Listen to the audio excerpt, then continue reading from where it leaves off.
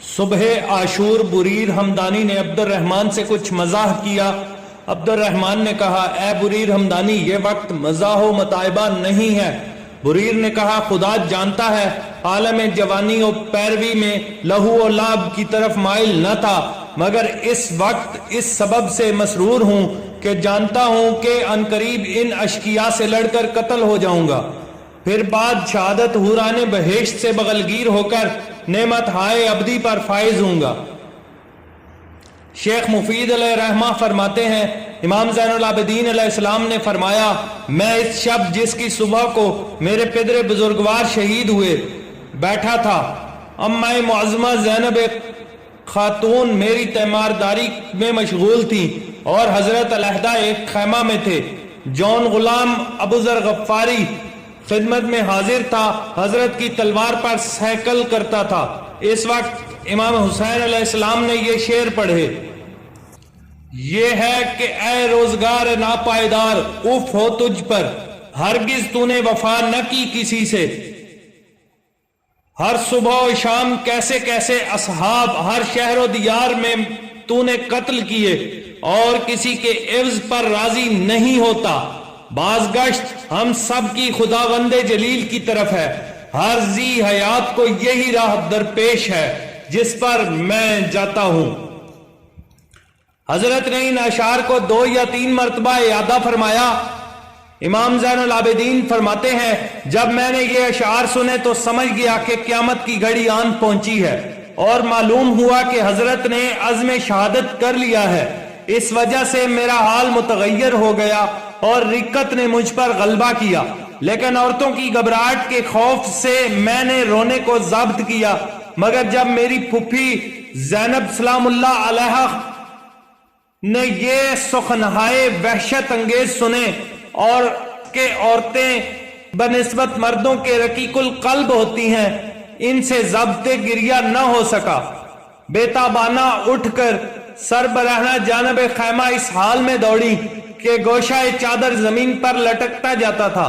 صدائے شیون بلند کر کے کہا کاش کہ آج کے دن میں مر جاتی اور یہ حال نہ دیکھتی۔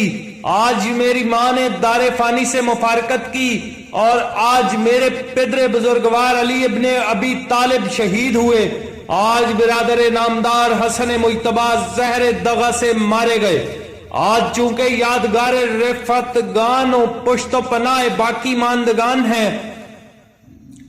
حضرت امام حسین علیہ السلام نے بنظر حسرت جناب زینب کی طرف دیکھ کر فرمایا اے خواہر، علم و بردباری اختیار کرو، شیطان کو تسلط نہ دو، قضائے رب پر صبر کرو۔ یہ فرما کر حضرت رونے لگے اور پھر فرمایا اے بہن، اگر اشقیاء مجھے راحت و آرام سے رہنے دیتے ہرگز خود کو ادھر نہ لے آتا۔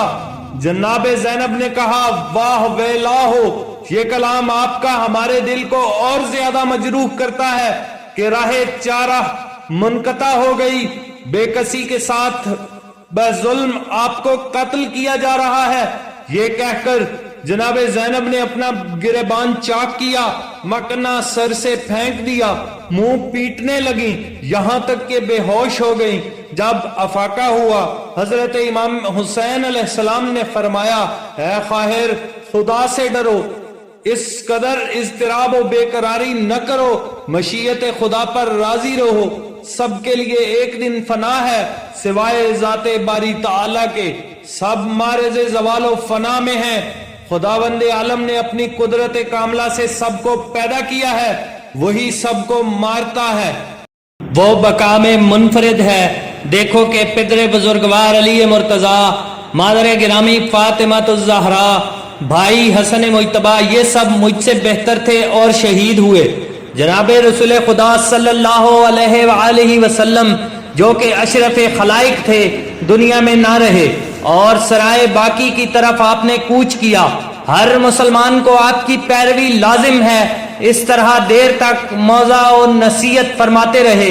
اس کے بعد حضرت پھپھی جناب زینب سلام اللہ علیہ کو میرے قریب بٹھا کر خیمہ سے باہر گئے اور اصحاب سے فرمایا خیمہ ہائے اہل بیت قریب قریب برپا کرو، تنابیں خیموں کی ایک دوسرے سے ملا دو، درمیان سے آمد و رفت بند کر دو، دائیں بائیں پشت پر خیام برپا کیے، سامنے میدان جنگ قرار دیا تاکہ لڑائی ایک طرف سے واقع ہو۔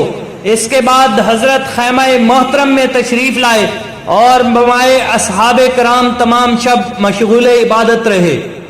صاحب مناقب نے اس طرح روایت کی ہے، وقت سحر حضرت امام حسین علیہ السلام کو نیند آ گئی، اصحاب سے بیدار ہو کر فرمایا کچھ جانتے ہو میں نے اس وقت کیا خواب دیکھا ہے؟ سب نے عرض کیا یبن رسول اللہ آپ نے کیا خواب دیکھا؟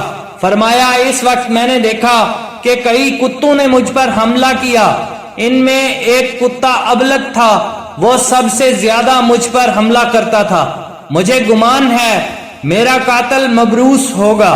اس کے بعد میں نے دیکھا حضرت بہت سی ارواح مقدسہ کے ہمراہ میرے پاس تشریف لائے اور فرمایا اے فرزند تو شہید آل محمد ہے، اہل آسمان اور مقدسان مولائے اعلیٰ تیری روح پاک کے منتظر ہیں، اے حسین جلدی کرو، آج کی شب میرے پاس افطار کرو۔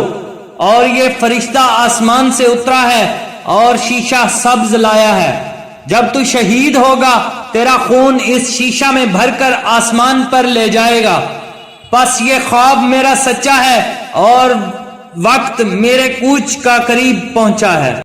شیخ مفید علیہ الرحمہ نے ضحاک ابن عبداللہ سے روایت کی ہے کہ جب لشکر عمر ابن سعد نے ہمیں گھیر لیا، اس وقت امام حسین علیہ السلام آیت کی تلاوت فرماتے تھے، یعنی گمان نہ کر جو مہلت کافروں کو دی ان کے لیے بہتر ہے، بلکہ ان کو مہلت نہیں دی مگر اس واسطے کہ گناہ ان کے زیادہ ہوں اور ان کے لیے عذاب خوار کنندہ ہے، اور ایسا نہیں کہ خدا چھوڑ دے مومنین کو جس حالت پر تم ہو، بلکہ مقصد یہ ہے کہ اچھے برے کی تمیز ہو جائے۔ اس وقت لشکر یزید سے عبداللہ بن سمیر جو اپنی قوم کا سردار اور ایک مرد دلیر و شوخ تھا کہنے لگا برب کعبہ طیب ہم ہیں۔